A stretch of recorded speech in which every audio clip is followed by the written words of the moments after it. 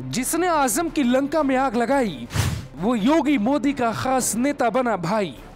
रामपुर में आजम खान से कोई भी पंगा नहीं लेता। आजम खान यानी यूपी का वो मुस्लिम चेहरा जिनके सामने कोई नहीं टिका। लोग कहते हैं कि रामपुर की हवा आजम तय करते हैं, लेकिन आजम की हवा के बदले बीजेपी ने 2022 चुनाव में तूफान खड़ा कर दिया है। हाथों में फाइल लेकर घूमने वाले आकाश सक्सेना फिलहाल बीजेपी के सबसे खास उम्मीदवार हैं। तो आजम के बेटे के खिलाफ बीजेपी ने अपना दल के मुस्लिम उम्मीदवार को उतारा है, जिनका सियासी रसूख कम नहीं है, यानी अब्दुल्ला आजम वाली सीट खतरे में है। योगी आदित्यनाथ ने आजम को जेल भिजवाया तो आकाश सक्सेना ने ही 33 FIR करवाई। इन्हीं के भरोसे रामपुर में इस बार आजम की बची सियासी जमीन पर बीजेपी ने खेती करने का प्लान बना लिया है। लेकिन क्या सच में आकाश पहली बार विधायकी का चुनाव लड़कर आजम को हरा देंगे?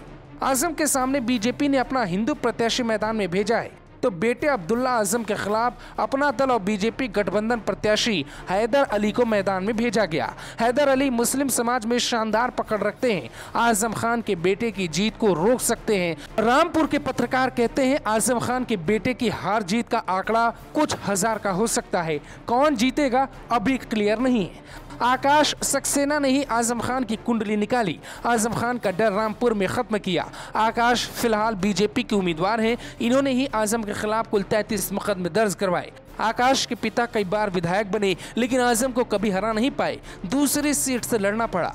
आकाश सक्सेना को रामपुर नगर की सीट से उम्मीदवार बनाया गया, लेकिन क्या आजम को हरा पाएंगे? रामपुर की स्वार सीट से बीजेपी ने गठबंधन उम्मीदवार हैदर अली को मैदान में उतारा है। वहां कांटे की लड़ाई है। हैदर अली खान अपना दल से अब्दुल्ला आजम के मुस्लिम वोटर को काटकर बीजेपी और अपना दल को जिता सकते हैं। यानी बीजेपी ने अब्दुल्ला आजम की सीट को पूरी तरह से घेर लिया है और ये बेहद दिलचस्प लड़ाई है। जबकि आकाश सक्सेना आजम खान को हरा पाएंगे इसमें संशय है, क्योंकि यहाँ से हमेशा मुस्लिम जीता। रामपुर नगर से 9 बार आजम जीते। 1952 से लेकर अब तक कोई हिंदू उम्मीदवार यहाँ जीता ही नहीं। उत्तर प्रदेश विधानसभा में रामपुर एक ऐसी सीट है जिस पर बीजेपी ने आज तक कोई जीत दर्ज नहीं की। रामपुर में साल 2014-2019 के लोकसभा चुनाव में प्रचंड जीत के बाद और 2017 विधानसभा चुनाव में मिली शानदार कामयाबी के बाद भी बीजेपी ये सीट नहीं जीत पाई। हालांकि अब आजम खान का किला देखकर बीजेपी को लगता है कि वो इस बार गिरा सकती है। इसके पीछे एक नहीं कई वजहें।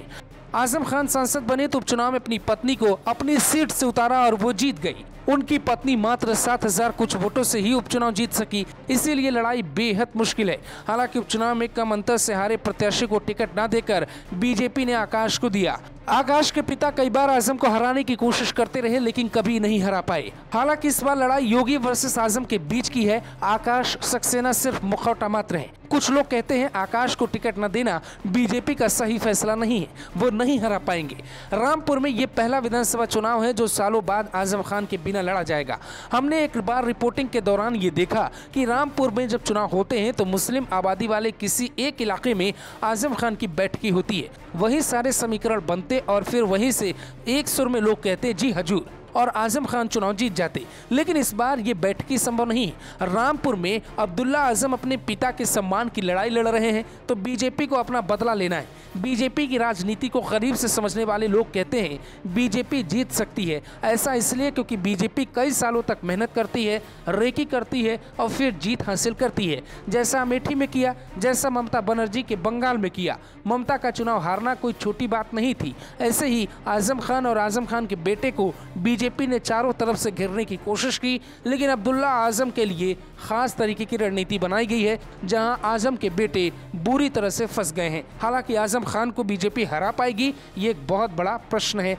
आने वाले वक्त में ही इसका जवाब ढूंढना ठीक रहेगा। ग्लोबल भारत टीवी के लिए रामपुर से फहीम।